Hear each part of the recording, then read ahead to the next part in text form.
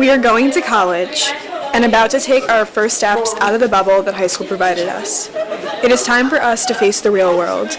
We wanted to open our eyes to see what others face. We talked to students. I want my sexuality to represent who I am. We talked to teachers. You only have one life to live. You gotta live in a comfortable way. We talked to religious leaders. They need to not focus on what they hear all the time. We talked to a transgender woman. Understand, who we are and what we are. And we talked to an LGBTQ organization's leader. Non-LGBT people want to be part of the LGBT movement. In order to gain a full perspective on the current state of LGBTQ rights in the United States. After talking to students in our school, we felt that we had built a strong foundation for our documentary that we wanted to grow upon. We knew that we had many people we wanted to talk to, and we felt it was important to start with members of Plainedge who are either LGBTQ or advocates for the community. We were so grateful that we had 2 members of our Plainedge community who were willing to sit down and discuss their thoughts and experiences with us.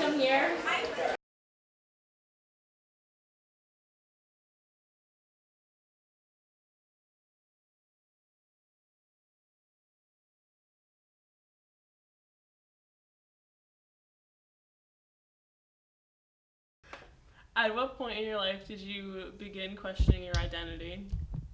Probably in mid to late 5th grade, and going through 6th grade I became more and more aware of certain things in the world that were originally unbeknownst to me.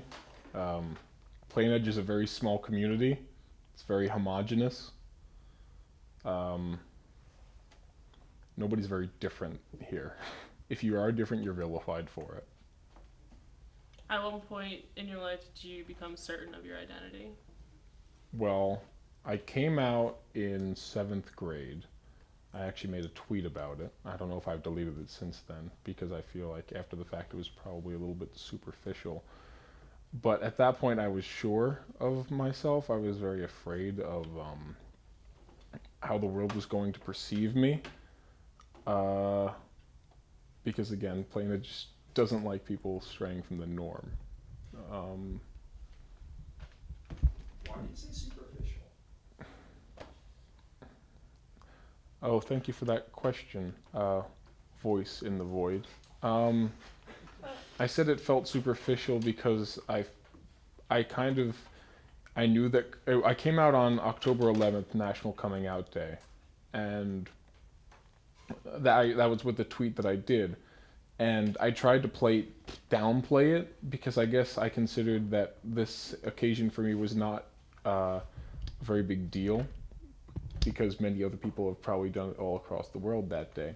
So what I tweeted was something essentially along the lines of, "Hey everybody, I'm bisexual, and now I'm gonna go do some homework, bye." That was pretty much the basis of that tweet. To what degree do you feel a person's sexual identity represents who they are? I believe it's a very, very small portion of it. I've met other people that are in the LGBT community, and they sicken me when their entire personality is based on the fact that they are gay or transgender. They don't make any effort to be anything else besides their sexuality. I think it's probably part because they feel it's a necessary part of them, and they feel it represents them to such a degree that they can't stray from it. But I was at a meeting once of LGBT youth that was meant to help people come out of their shells and learn to be more accepting of one another. And the first thing, I had a person, I'll call that person, I don't know, Beatrix. And Beatrix, she introduced herself to the group, but she said, "Hi, I'm Beatrix, and I'm gay." And we were originally told to tell something about ourselves that was considered like something that people might not know. or something that was considered like a fun fact about you. And I felt as though when that person did that, they were not only downplaying who they were as a person, but also making the community seem a lot more shallow, not as though that's the entire representation of that person and the community as a whole. What have your experiences been growing up at the high school? At the high school, I mean, I've had people use the term gay as an insult around me. Faggot is a very popular one around here. Even in my own friend group, it's kind of a point of teasing. Like I guess they're okay with it. It's hard to tell at times, but I've had points in time where I haven't spoken to my friends because they were making fun of things that made me uncomfortable. However, I would say high school is is not nearly as bad as probably the rest of the years. Growing up in elementary school and middle school, that was when things were probably the worst because, I mean, I'd say people are immature now, but even back then they were bad. I was definitely more flamboyant than some of the other kids in school, and there's a photo of me striking a very flamboyant pose, and you come to understand that this is not the norm here, and so not one of us, we reject you. It's that kind of mentality. Do you feel that you've been treated differently by other students? Yes. There comes a point in time where I've been it feels as though you're almost alien to some other people because one person says that they're not straight or gay or anything like that, automatically people think that because they say they're gay, that means that they're automatically interested in every single guy around them. And trust me, nobody in this school is nearly that attractive. But it's a whole different mentality. There's a lot more, I'd say it's almost like trying to avoid stepping on glass when you're around certain people, because it's hard to show affection for other people, even in a friendly way, without them misconstruing it as, oh bro, that's gay. It's tough. Yeah. How has your family reacted to you coming out? I was lucky. I mean, with my mother at least. My father was very much so. I came out to him over an Italian. It was just him and I, and we went out to an Italian restaurant to eat, and I told him, or at first I asked him, what are your opinion on people that consider themselves bisexual or anything like that? He's like, and I'll do an accent. It's very bad. He's like, listen, I don't care what you are, gay, straight, bi, a mongoose, or something like that. Just keep it out, or keep it away from me. That's a mentality. And then I came out to my father, and he was like, okay, that's fine, whatever. My mother was a lot more supportive. My parents had been through a divorce, so it was you could tell the different ways in which, I mean, that's even possible. I see that a lot of kids of divorce are tend to identify on the LGBT spectrum. I don't know if there's any sort of correlation with that, but I wanted to put that out there. However, my mother was very much more hands-on supportive. She brought me to multiple. I was brought to therapists just in case I needed to get my feelings out that I felt I was trapped in my own body. I was brought to a place called the Coffee House somewhere in Merrick, and by doing that I was able to meet other LGBT youth.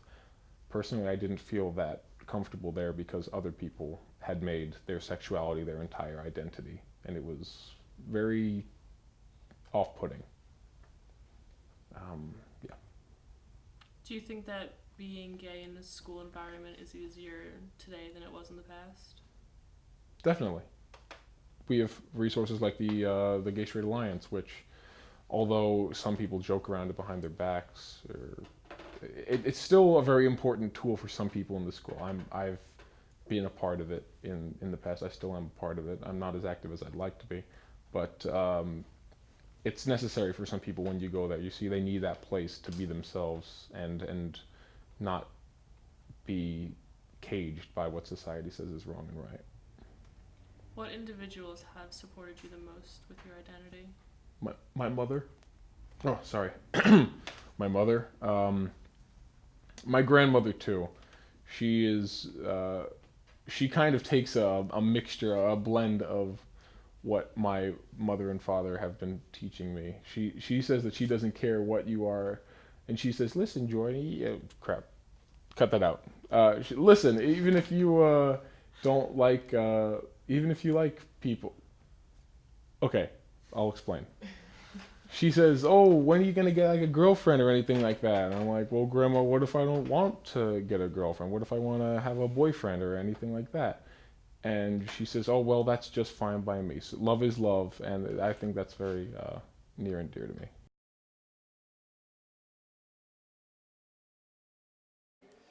What they shared truly opened our eyes to what it's like to be an LGBTQ student at our school and furthered our ambition for the entire documentary.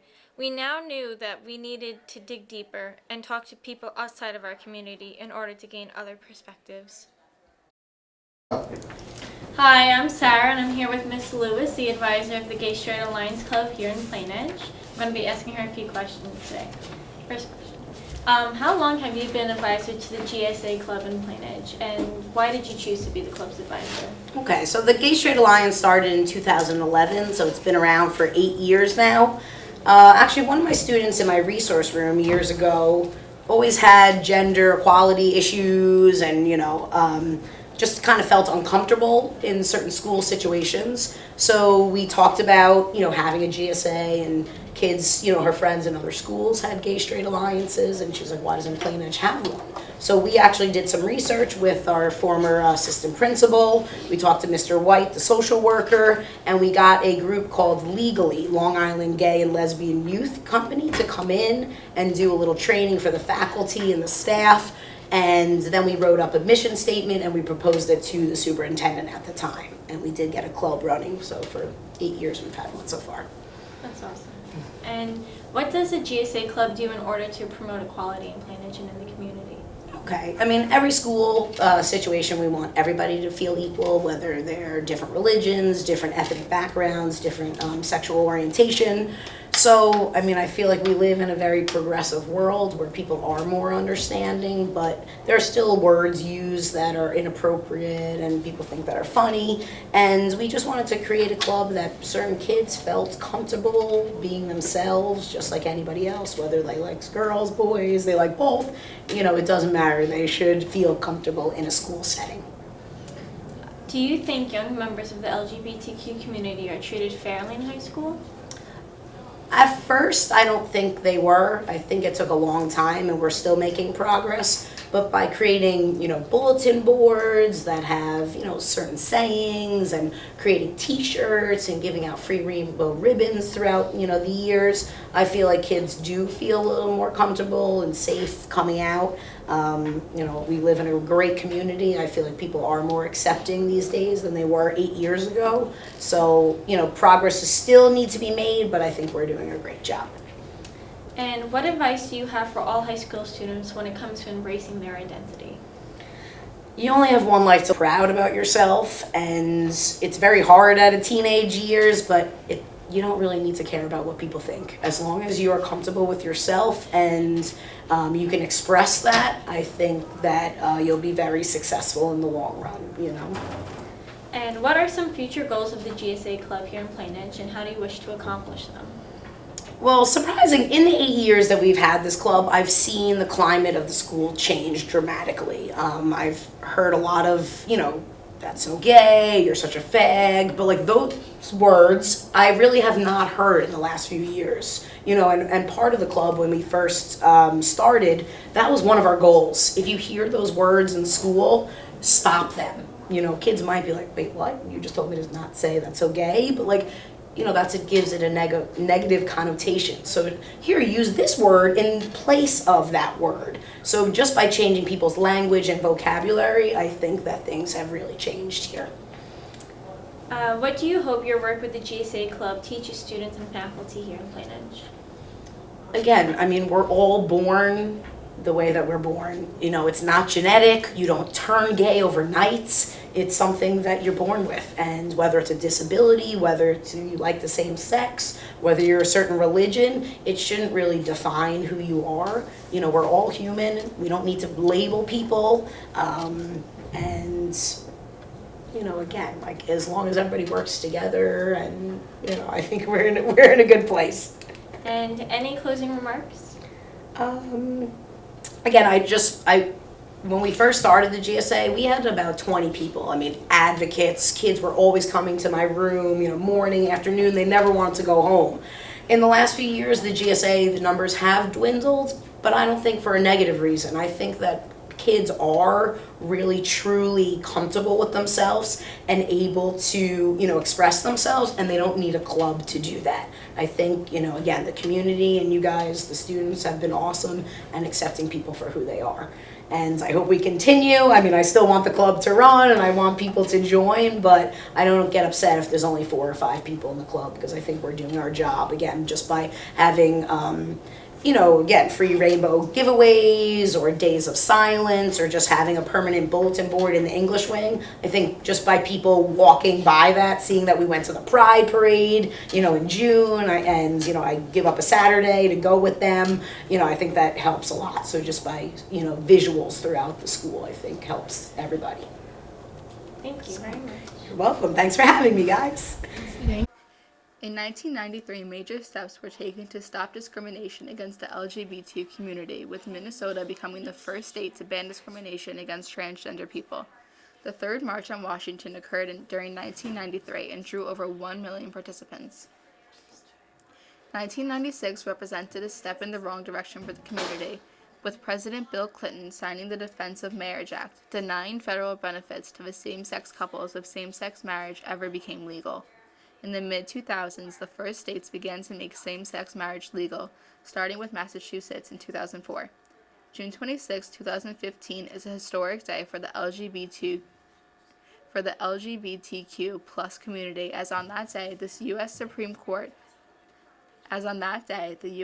Court struck down all state bans on same-sex marriage, and it became legalized in all 50 states, and states also became required to honor out-of-state same-sex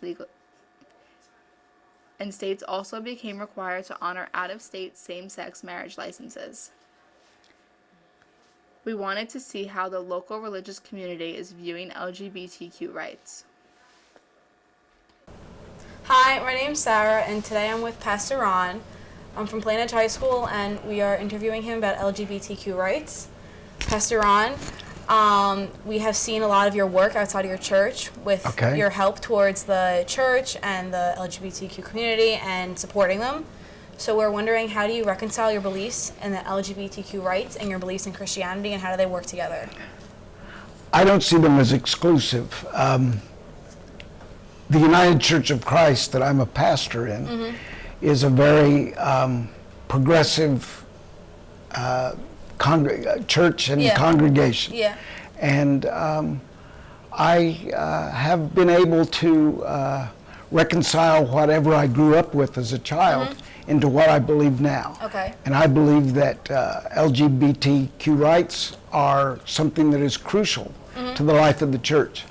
So our congregation is what we call open and affirming. Okay. Which means we open our doors to everyone, and we affirm our lesbian, gay, bisexual, and transgender people as part of our community of faith. Do you think that the prejudice against the LGBTQ community affects the other religious organizations? I think it's to a great degree.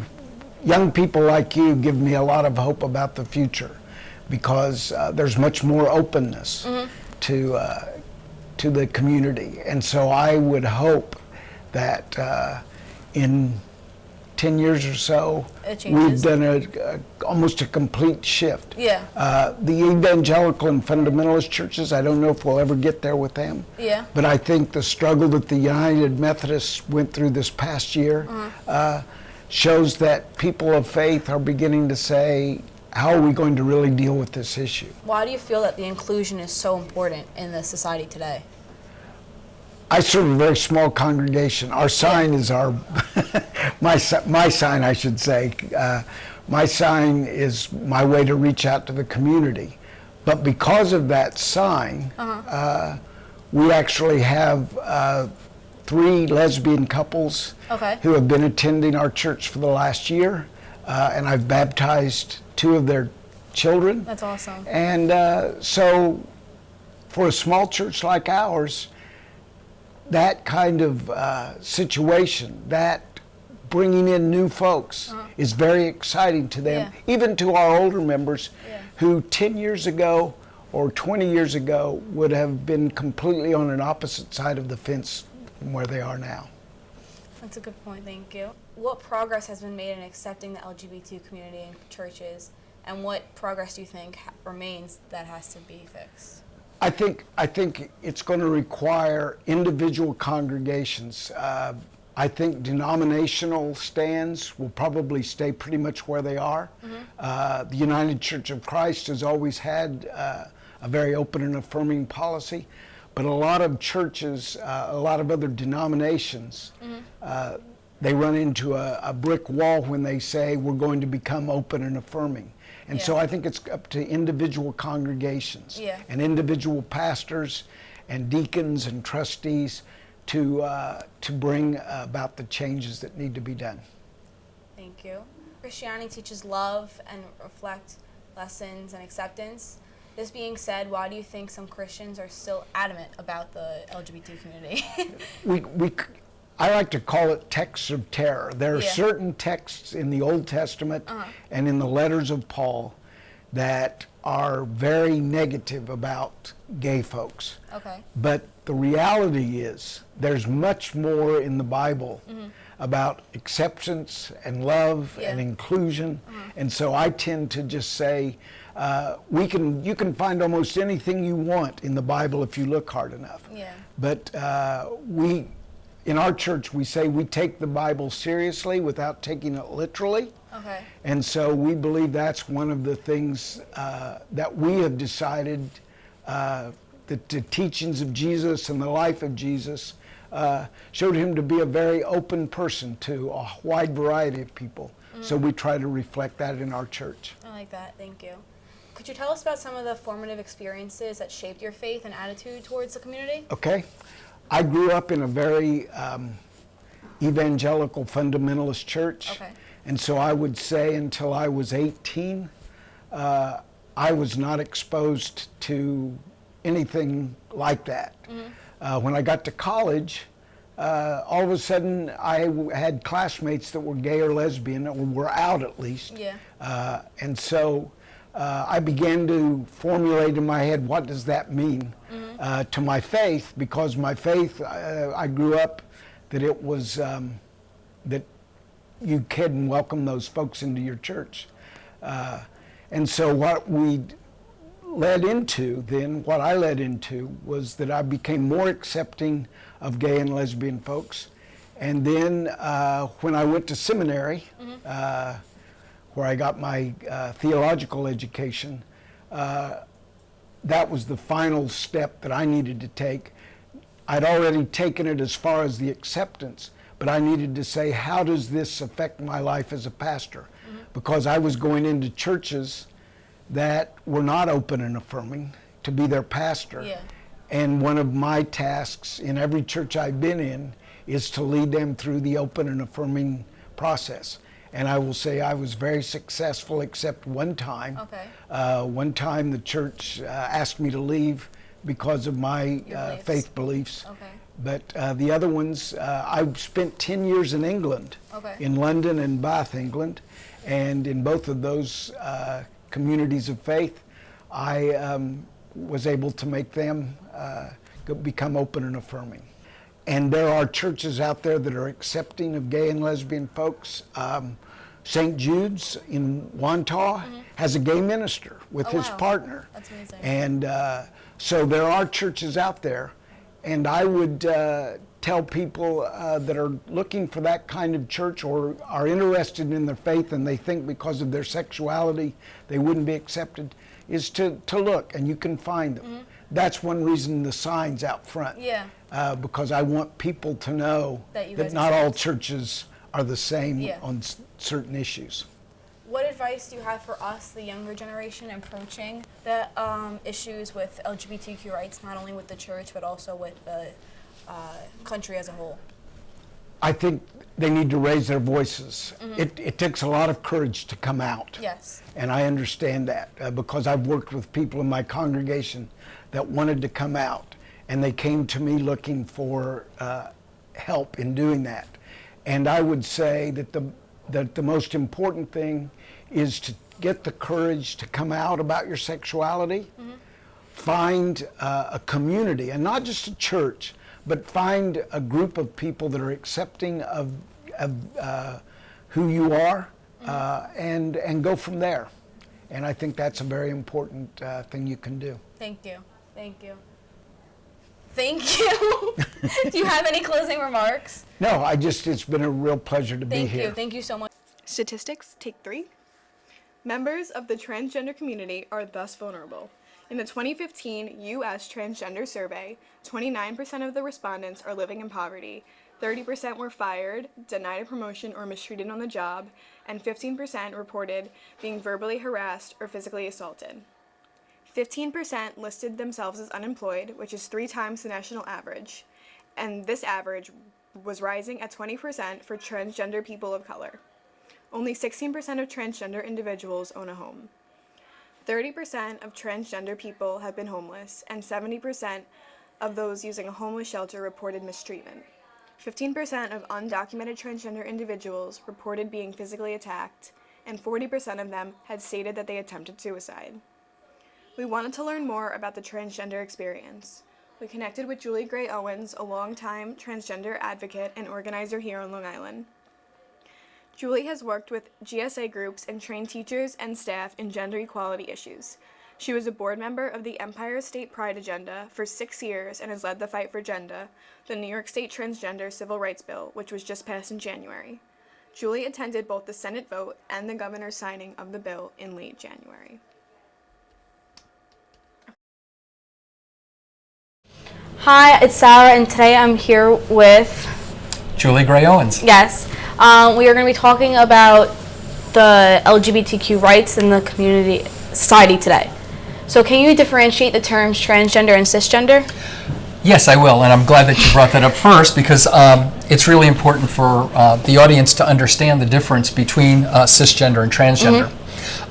I don't know what's in your heart, but most likely, from what I can tell, it looks like you're a cisgender person. And a cisgender person would be someone whose gender or sex that they're given at birth matches who they are on the inside. And that's opposed to someone who's transgender who receives a sex or gender that does not match who they are on the inside. Okay, thank you. Would you mind sharing some formative personal experiences with us? Well, I think probably the most important thing that people need to know is that we start realizing that we're transgender very early in age. I probably knew something was a little bit different from what I can figure out about maybe 3.5, 4 years old. Oh, wow. And usually that's the case. There are some people who realize they're transgender later in life, but for the most of us, somewhere between maybe 3 and 7, we know that there's something different. So for us, there's always some interesting stories as a kid. I can remember being 7 years old and going to a family gathering, and my parents bought me an activity book to keep me busy. And the book had puzzles and mazes and coloring and everything like that, but it also had paper dolls. Okay. And the book's theme was Walt Disney's Sleeping Beauty movie. And it had a paper doll of Sleeping Beauty and it had a paper doll of the prince. And I can remember putting Sleeping Beauty's clothes on the prince And you know how kids feel, when they've done something special, they want to run to their Yeah. mommy, mommy, look what I did. So Yeah. I was getting excited. I was going to do that.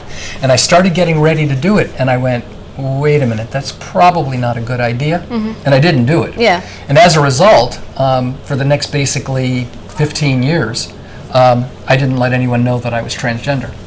That's interesting. Thank you so much. What do you think your role is in promoting gender equality? I think the biggest thing is, first of all, to be able to be aware of information that we need to know. For example, legislation, upcoming things that our community should be aware of, and then doing outreach to our community. So we're always looking to try to promote our community, make the general population, the general public, if you will, aware of our issues, and to also reach out to our community members, who many are actually underground and are very afraid of coming out because Yeah. of discrimination and Yeah. violence. What can you tell us about your organization? Well, we have a brand new New York State 501c3 incorporated organization called Gender Equality New York, or what we call GENY, G-E-N-Y. Okay. And that organization is doing educational work and advocacy work for the transgender, non-binary, and intersex community. We recently had a major impact on getting the Transgender Civil Rights Bill passed here in New York State. Just happened this past January, and that was after 16 years of fighting to try and get it moving forward. What are the next steps in gender equality? Well, there's a whole host of legislation now that we finally have our civil rights. Yes. For example, there is a bill currently waiting, it's not been passed or anything, that protects our transgender veterans. Oh, yeah. If they've been let go of the military and not given, proper transition into the world, if you will, there's something like 50 state rights that they don't have because they were, moved out of the military when they were found out that they were transgender. Oh, yeah. So how does your organization feel about that whole military ban? Well, we're certainly against it. Yes. But we're not surprised at it. I mean, this has been, unfortunately, the president's administration has been attacking our community from almost day one. Oh, wow. So with that in mind, we really are trying to just do as much damage control as possible, and hope that we can help elect someone who's a little bit more open-minded. Yeah. President Obama had done an awful lot for our community, even though he was still kind of catching up and learning about things.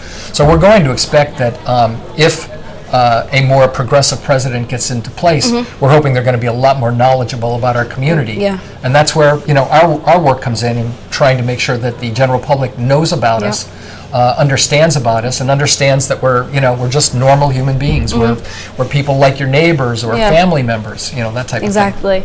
What legislation would you like to see passed to benefit transgender rights? Well, currently, right now, there are two that we're working on. The one that we're most concerned about is what's called the gay or trans panic defense. And that is where currently in our New York State courts, I think I've heard of this. Someone who does violence against our community can say, I panicked, I didn't, when I found out that they were transgender, I went nuts and I lost my mind. And they can use that as a defense Isn't to that valid? It's a valid explanation. It's a valid defense right now in courts to be able to reduce their sentence. Like, I know I murdered them, but it was because it was a moment of insanity. Yeah. And we're saying no. There's no such thing. You murder, you murder. Yeah. Or you attack someone, you attack someone. And so that's really, for us, probably the number one issue. That is a big issue. And our second one is that we're finding that there are some courts when parents are involved in child custody rights, that certain judges will say, well, the only way that you can have share custody with your children is if you stop your gender transition and you can only show up as, like if, for example, me, you can only show up as a man with your children, otherwise we will not allow you custody or even visiting rights with your children. That's crazy. I didn't even know that was an issue. So exactly. There's all kinds of issues out there. What advice would you give parents who have trans or non-binary children? Yes. Okay. I think the most amazing thing that I'm finding now is, and the biggest change, there are two major changes that I've seen. Back when I first came out, this was like early 2000s, all you would see would be transgender women. Yes. All right. So a lot has changed now, because now we are starting to see transmasculine people, and they are a force within themselves, Yep. and it's nice to have their support and their involvement in our work for equal rights. The other thing that's a major thing is that there is a significant number of parents that are now fighting for equality for their children. For their children. In other words, they're looking down the road and saying, well, what's going to happen to my child when my child goes to school? What's going to happen to my child when my child tries to get a job or goes to college, whatever it happens to be. And so as a result, they are now a force and involved in the fight for transgender rights. So those are two really big things.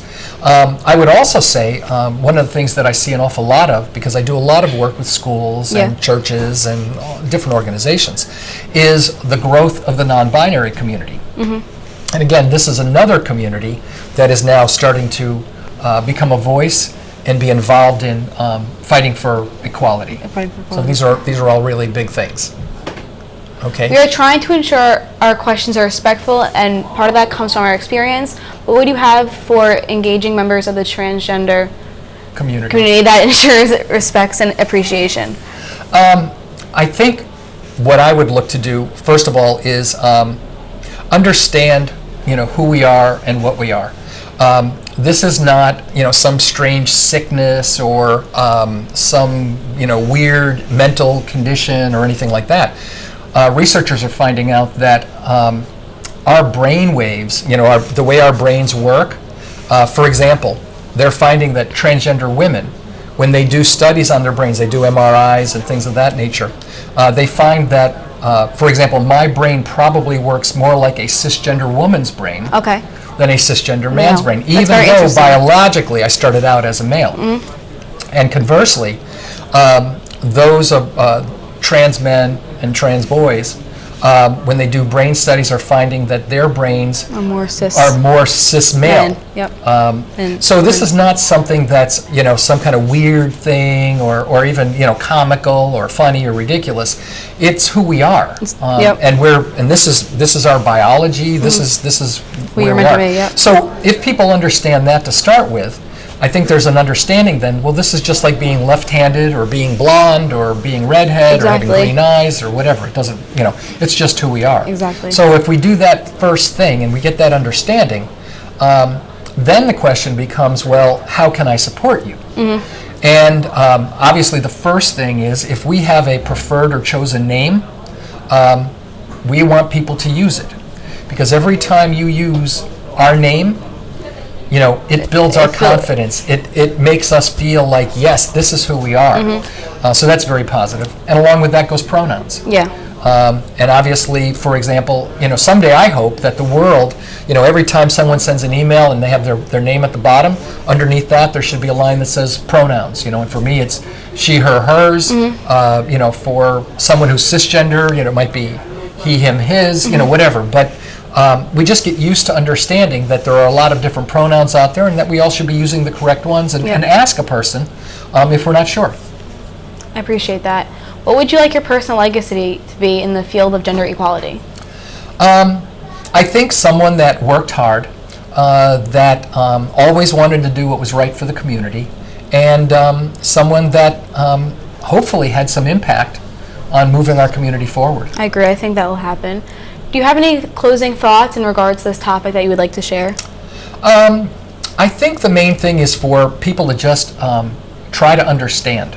And it's very easy to get information these days. When I was a kid, there was no internet, there were no TV shows, there was nothing. So I really didn't know anything about being transgender until I was a junior in high school. But now you can go on and you can Google information, and there's a lot of wonderful websites that have information about our community and some of the issues that we go through. So that would be a great step. Learn about us so that you can support us. Yep. Thank you so much for coming today. Thank you, Sarah. Vitelli is the Executive Vice President and Chief Operating Officer at the LGBT Network. Before, from 2001 to 2010, Robert served on the New York State LGBT Health and Human Services Network, and from 2007 to 2010, he served as a member of its steering committee. In 2014, he became a member of the New York State Department of Health Prevention Planning Group. Some of the amazing things Robert has done is conceiving and designing the LGBT Network's National Coming Out Day campaign and helping establish its State Safe Schools initiative. He gives out scholarships to LGBTQ plus teens in the Long Island community. Outside of his work, enjoys spending time with his husband David and 2 dogs, and is very interested in automotives. Why and when was the LGBTQ network founded? The LGBT network was established in 1993, so we just finished celebrating 25 years of serving the LGBT community of Long Island and Queens. Oh, wow. Okay. How long have you been working with them? I've been with the LGBT network for just over 18 years. So I've been with them from when we were just a 3-person operation to now being over 50 staff. Do you have any personal experiences that you would like to share with us?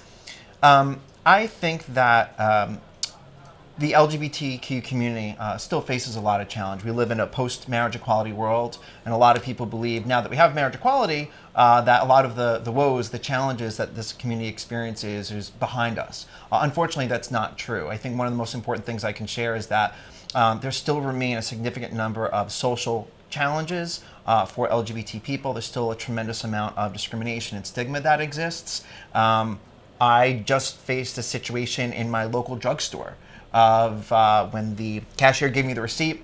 I guess I had a coupon with it, and the cashier said, "Oh, make sure you give this to your wife," which was an assumption about my sexual orientation. And as I left, they said, "Or husband," and then in a very callous way, the cashier said, "Or whatever." And it was a very stigmatizing and negative experience, and that's the type of thing that people continue to face every single day. And LGBT young people deal with a tremendous amount of bullying in schools, and that is still pervasive. What changes have you noticed since you started working with the LGBT network? I started with the LGBT network in 2001, and it was the start of a very significant era of change for LGBT people and LGBT equality. So we saw organizing around marriage equality. I was part of the advent, the start of the explosion of after-school gay straight alliance or gender and sexuality clubs, GSA clubs here on Long Island, and really part of that effort and really witnessing and being a part of the discrimination and fighting that discrimination and really the hatred, homophobia, biphobia, transphobia that existed. So I think a lot of the changes have to do with the organizing of the community, of really solidifying a movement and having that movement grow to a place where something like marriage equality could take place. It needed the backing of the general public. So it was really about swaying, organizing to sway public opinion and really have people understand, that love is love, that we shouldn't tell people who they can spend the rest of their lives with and who they fall in love with. Exactly. Can you talk about Aiden S. Kaplan, the Memorial Scholarship?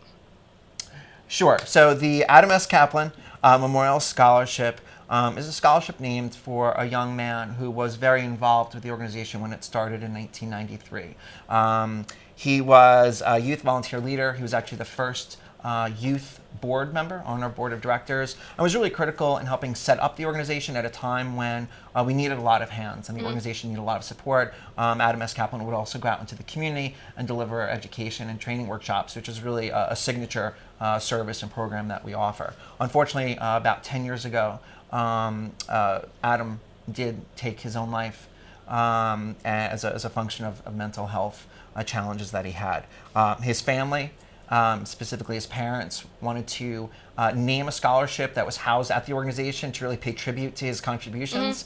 And so now each year we award 1 to 2 winners with a scholarship that really represent the spirit of Adam S. Kaplan in terms of being an advocate for the LGBT community. And we're really excited this year that we can name a senior from Plainedge High School as one of the scholarship winners, Jordan Bologna. How and why did you start the LGBT Network's National Coming Out Day campaign?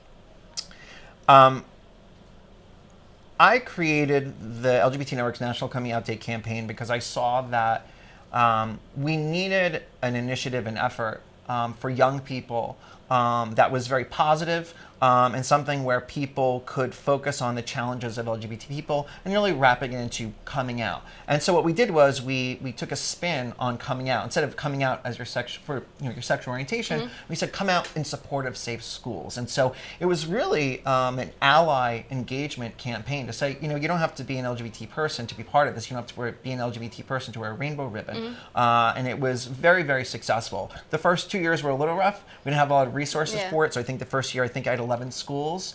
And then up in 2016, we had almost 100 schools running the campaign. We started it back in 2002. And then 2 years ago, we actually expanded and scaled the campaign to beyond schools. We said, this campaign's great, people love it. We buy, 25,000 yards of rainbow ribbon every single year and spend months cutting it so we can get it out to schools. And we decided to scale it and make it available to businesses and organizations. So we saw in a 2-year time frame, we saw our campaign grow fourfold. With I think it was 525% increase. We went from about 100 schools to 450 businesses and organizations and schools running this campaign, Google, Geico, and really internationally. And I think it signaled a thirst for people who want to organize and want to be allies and advocates for the LGBT community, because they understand that we need safe spaces where LGBT people live, learn, work, play, and pray. That whether it's housing, community services, schools, the workplace, and in particular, sports, where LGBT people either play sports or are spectators, or where people worship. And we know that LGBT people face challenges and they face discrimination in each one of those areas. That's true. What is some of the other work that you have done with the LGBT network? The LGBT Network is a 501c3 nonprofit organization. We have a tremendous continuum and variety of services. So we conduct outreach in the community. We have drop-in services for young people, for LGBT-headed families, for LGBT older adults. Our signature and founding service is our community education and training program. So we go into schools and organizations nearly every single day to deliver what is called our LGBT 101 trainings. And so, for example, we anywhere from 250 to 300 times a year, we visit schools and deliver our anti-bullying curriculum. We also visit organizations, healthcare institutions, corporations, and really deliver sensitivity and awareness training programs so that they can be aware of what's happening. For example, bullying in the workplace is a really big issue. And we know that 70% of LGBT people actually leave their jobs where they currently are because they don't feel safe or comfortable. And about 50 to 60% of LGBT people aren't even out at work. Oh, wow. And that the jokes about LGBT people in the workplace also create a tremendous barrier. So we're doing that work. We're going out into the community all the time to make sure that, again, LGBT people feel safe where they live, learn, work, play, and pray. Of course. What legislation would you like to see passed in the future in regards to LGBTQ rights? Sure. Right now on the federal level, there's the Equality Act, and I think the Equality Act is really critical to advancing the overall rights and social justice for LGBT people. I think one of the biggest challenges, really talking more about what I said before, in the workplace, with housing. Particularly for transgender people, a lot of transgender people are facing a dual challenge of they're discriminated against, and so they're not getting jobs. And then as a result, they also can't get housing because people don't want them renting from them. And so we have a tremendous problem of unemployment, of economic challenges, and homelessness among our transgender community. So these are things that really need to be addressed, and the Equality Act can really go a long way to helping to address those woes and try to fix this problem in the long term. What do you think we can do as students to broaden and improve the acceptance of LGBTQ students in our community? How do you broaden the acceptance of LGBTQ students in school and the community? The number one thing I'll say is we talk a lot about language, and we talk a lot about that's so gay, and everyone kind of usually understands like that's not a good thing. Because when people say that's so gay, they really talk about it means something bad, dumb, or stupid. And say what you mean what you say. But I think in the media, in the mainstream, they're using the terms tolerance and acceptance. So the number one thing we say is actually tolerance and acceptance are words we don't like to use because it suggests that there's something to tolerate or accept. So if I'm an LGBT person, I'm asking you to tolerate or accept me. Instead, what we provide education on is saying it's actually about support and affirmation, that LGBT people, when we recognize the LGBT community faces these challenges, we need to be able to provide support and affirm who they are. So that's number one. I think number two is continuing that education, that awareness about what those actual challenges are. That a third of LGBT young people report being pushed or shoved at school. I mean, that's physical violence. 9 out of 10 LGBT young people report hearing homophobic language often and daily. So I think it's about making sure that people understand, this is not just something we should do. It's not just about marriage. This is about being able to live a decent standard quality of life for LGBT people, including LGBT young people. And I think, I'll add on, I'll say number three, I think understanding that we live in a world where the assumption is that you are heterosexual or ought to be still. And so that's why LGBT people, when it comes to sexual orientation, and now more so ever than before about gender identity, have to come out. Yeah.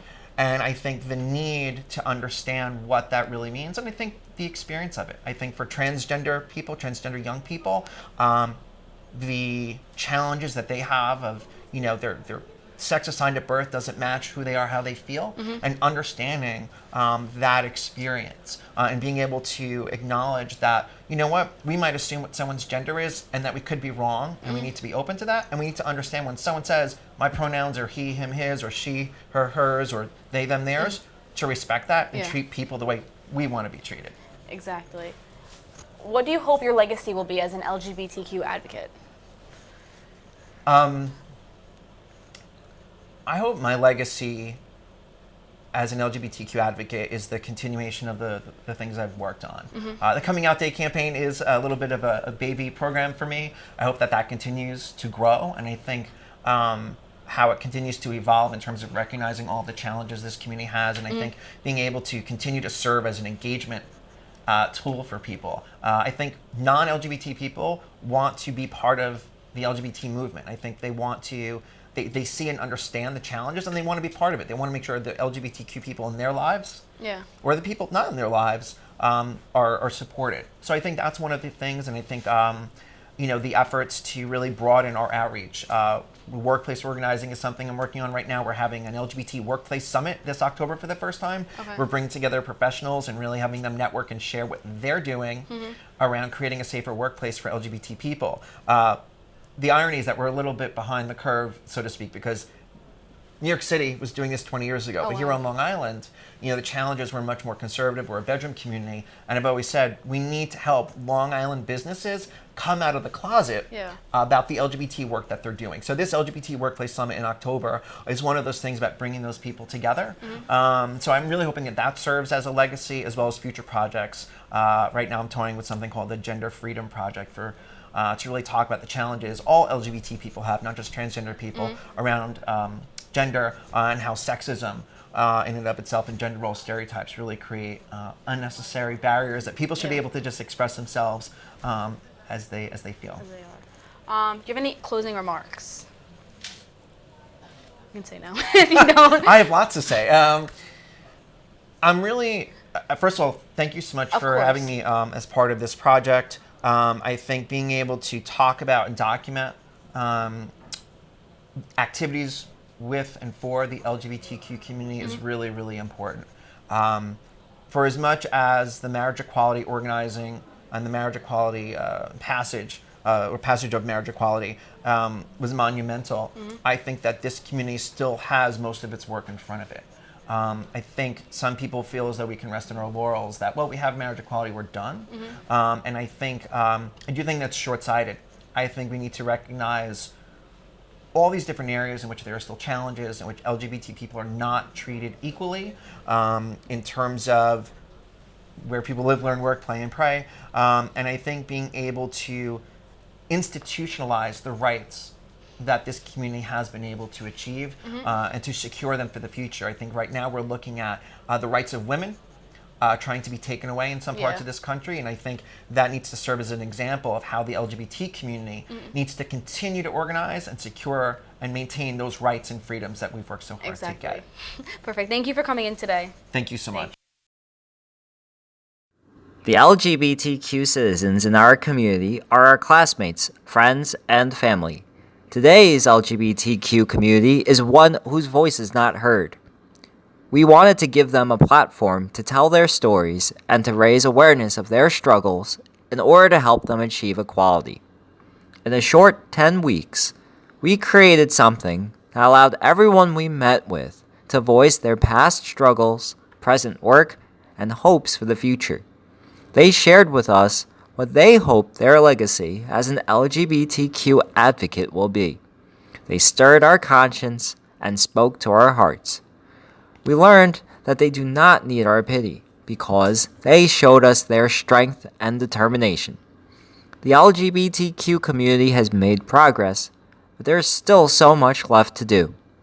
We now see the role we are meant to play, opening the door that hides the prejudice, unacceptance, and negativity in our society, and opening the door to the better society that we can all create.